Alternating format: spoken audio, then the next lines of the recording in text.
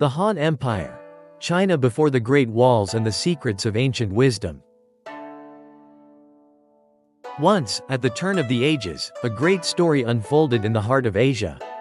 At a time when Europe was still divided among barbarian kingdoms and Rome merely dreamed of world domination, there existed a mighty state in the east, the Han Empire. This was an era of flourishing Chinese civilization, marked by achievements in science, culture, philosophy, and technology. How did they build their world? What legacy did they leave in history? And why do their ideas still resonate in modern China? Let's dive into the epoch when empires rose and the destinies of entire nations were shaped. Chapter 1: The Birth of a Great Power. After the fall of the Qin dynasty, China was torn apart by rebellion and civil war. The Chen Sheng uprising, ignited by widespread discontent with the oppressive rule of the Qin, was only the beginning of the chaos.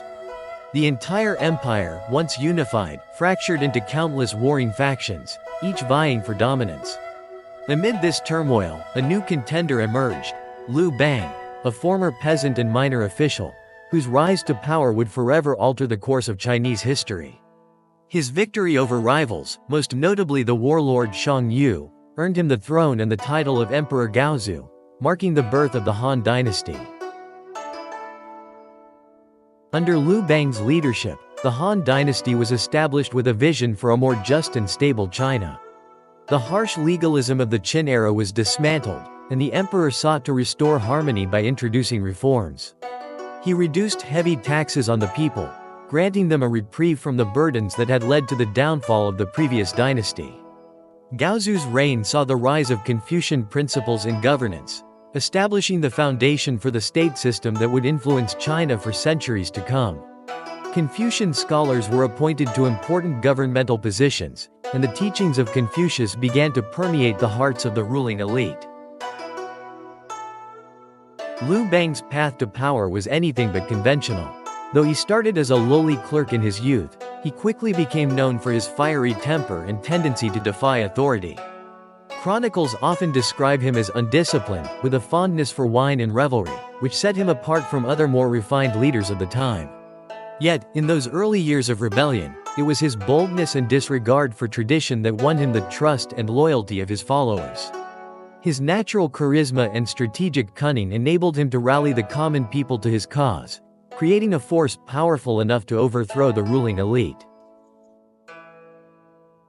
During his rule, Liu Bang worked to consolidate his power, embarking on several military campaigns to solidify Han control over the vast expanse of China. But the challenges did not end with the defeat of Shang Yu. The Han Empire had to navigate both internal threats and external dangers, including nomadic tribes from the north and resistance from former Qin loyalists. Yet, Liu Bang's ability to unite diverse factions and his shrewd diplomacy ensured that his dynasty endured, paving the way for future prosperity. The legacy of Liu Bang and the Han dynasty was far-reaching. Under his successors, the Han Empire grew into one of the most powerful and influential states in history. The Silk Road was established, linking China to distant lands and allowing for the exchange of goods, ideas, and culture. The Han dynasty's influence spread across Asia, shaping the course of history for centuries to come.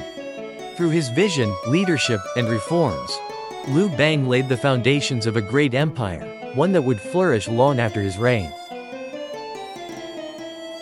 Chapter 2: Confucianism as the Foundation of Governance. During the Han dynasty, Confucianism rose from the ashes of the Qin dynasty's harsh legalism, becoming the bedrock of imperial governance. Emperor Wu of Han, often regarded as one of the most influential rulers in Chinese history, made a pivotal decision to adopt Confucianism as the official state ideology in 136 BCE. His commitment to Confucian principles was so profound that he established an academy dedicated to teaching the teachings of Confucius, where scholars and officials would be trained in the moral philosophy of benevolence, righteousness, and propriety. Confucius had long emphasized the importance of a ruler's moral character, stating that a wise ruler should act as a father to his people, fostering harmony and ensuring justice. Emperor Wu, embodying these ideals, expanded the centralized bureaucracy, crafting a system where officials were selected based on their abilities rather than noble birth. He established the civil service examination system, a system of merit-based recruitment, which sought to identify the most capable and educated individuals to serve in government roles. This revolutionary approach marked a significant shift in Chinese governance, favoring education and virtue over hereditary privilege. The examinations, which tested candidates on Confucian texts, were not just about academic knowledge. They were seen as a path to personal and social mobility. Candidates could rise from humble beginnings to prestigious positions within the empire, as long as they demonstrated mastery of Confucian principles and passed the grueling exams. This system, though initially focused on elite males, laid the foundation for a more meritocratic society, where governance was increasingly defined by intellect and moral integrity. Remarkably, the civil service examination system initiated by Emperor Wu persisted in various forms for over 2 millennia. It was not until the early 20th century, under the influence of Western ideas and the fall of the imperial system, that the exams were finally abolished. This enduring legacy of Confucianism in governance continued to shape Chinese society for centuries, emphasizing the importance of education, ethical leadership, and the rule of law. Through the lens of Confucianism, Emperor Wu's reign represents a significant moment in Chinese history, a time when the foundations of governance were not only about power and control, but also about creating a just and harmonious society. This period of reform marked the beginning of a new era in China, one where the values of benevolence and wisdom would echo throughout the dynasties that followed. Chapter 3: Great Achievements in Science and Technology. The Han Dynasty was a time of immense progress in science and technology. One of the most notable achievements came from Chinese astronomers who accurately calculated the length of the solar year, refining their understanding of celestial movements. Using a combination of meticulous observations and mathematical precision, they recorded the changing positions of stars and planets, laying the groundwork for future astronomical studies. This ability to measure time and space with such accuracy was ahead of its time and would influence many generations of scientists. Mathematics flourished as well, with mathematicians developing intricate methods of calculation. Among the most famous contributions was the creation of a counting rod system, which allowed for easier computations and played a vital role in trade and administration. The Han scholars also refined methods of geometry and algebra, significantly advancing China's mathematical knowledge and its practical applications in engineering and architecture. Zhang Heng, a brilliant polymath of the era, is perhaps most famous for his invention of the first seismoscope in 132 BCE. This groundbreaking device was capable of detecting earthquakes from distant regions and was the earliest known instrument of its kind. The seismoscope functioned through a series of mechanical levers and pendulums, detecting the subtle vibrations caused by seismic activity. This invention demonstrated not only the technical ingenuity of the Han but also their desire to understand and harness the forces of nature. Chinese scholars during the Han era were also remarkably ahead of their time in their understanding of the Earth and the cosmos. They were among the first to recognize that the Earth was spherical, a concept that would not be widely accepted in the West for many centuries. Additionally, they developed theories about the Moon, asserting that it did not generate its own light, but rather reflected the sun's rays. This was a groundbreaking idea, showing their keen observations of the natural world and their ability to form theories that challenged the established beliefs of their time. The era also saw significant advancements in medicine, where the use of herbal remedies became more refined and systematized. The famous medical text Shenong Ben Sao Jing cataloged hundreds of medicinal plants and their uses, many of which are still important in traditional Chinese medicine today. Through trial and error, and an emphasis on empirical observation, the Han Dynasty laid the foundations for medical practices that would endure for centuries to come. Chapter 4: Trade Routes and the Silk Road. Under the Han Dynasty, China began to reach beyond its borders in a way never before seen in history. Emperor Wu, eager to expand his empire's influence, sent his trusted diplomat Zhang Qian on a journey to the west. His travels, though perilous, led to the opening of the Silk Road, a vast network of trade routes that spanned across Asia, reaching all the way to the Roman Empire. This marked the first true connection between the East and the West, bringing a flourishing exchange of goods, culture, and ideas. The Silk Road wasn't just a single path but a series of interconnected routes stretching over 4,000 miles, crossing deserts, mountains, and vast plains. Along these routes, Chinese merchants, nomadic traders, and foreign diplomats would carry goods such as silk, tea, and porcelain. In exchange, they brought back items like gold, glass, and even the prized Arabian horses, known for their stamina and strength, which were highly sought after by the Han imperial cavalry. One fascinating aspect of this exchange was the introduction of silk to the Roman Empire. The Roman elite, fascinated by the fabric's luxurious sheen and lightness, quickly became obsessed with Chinese silk. In fact, the demand was so high that the Roman Senate, concerned about the outflow of gold to China, tried to prohibit the trade of silk, fearing it would drain the empire's wealth. Despite their best efforts, the trade flourished, and silk continued to flow westward, cementing its status as a symbol of wealth and status across both continents. While trade in goods was crucial, the Silk Road also facilitated the exchange of culture and ideas. Buddhism, which originated in India, spread into China, where it would undergo significant transformation and become one of the dominant philosophies.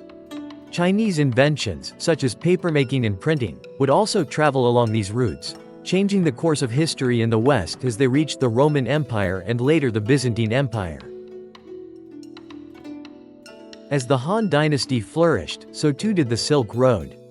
The exchanges of goods and ideas were not always peaceful, however. Bandits and harsh environmental conditions made the routes dangerous, but the promise of wealth and opportunity kept the flow of trade constant.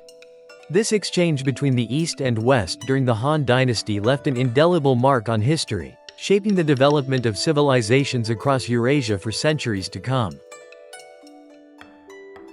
Chapter 5: The Culture and Art of the Han. During the Han dynasty, Chinese culture blossomed like a vibrant garden of intellectual and artistic achievement. The courts and cities were alive with the sounds of scholars discussing philosophy, while poets and writers composed works that would echo through the centuries. Literature flourished, and the foundation of Chinese historiography was laid with the monumental work of Sima Qian, who wrote the records of the Grand Historian. This colossal text not only documented the history of China from the earliest times to the Han dynasty but also established a format for historical writing that would influence generations of historians. In the realm of art and craftsmanship, the Han dynasty saw the rise of innovative techniques and beautiful objects. The creation of bronze mirrors, for instance, became an iconic feature of the period. These mirrors were highly prized not only for their reflective surfaces but for their remarkable optical properties. When light was directed at the back of the mirror, the engraving on the front would be revealed in a magical display, mesmerizing all who beheld it. These magic mirrors captured the imagination of the people, and even modern scientists marvel at the technology behind their creation. One of the most striking features of Han culture was its devotion to the afterlife. The Han emperors were buried with vast treasures, and their tombs were decorated with exquisite pottery, murals, and sculptures that reflected the emperor's status and the society's beliefs about the journey beyond life.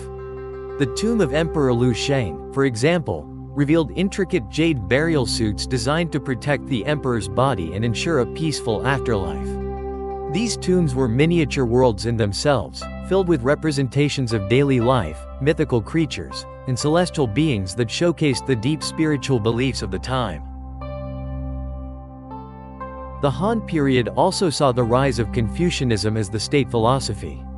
Confucian teachings on morality, order, and harmony permeated every aspect of life, from governance to family relationships.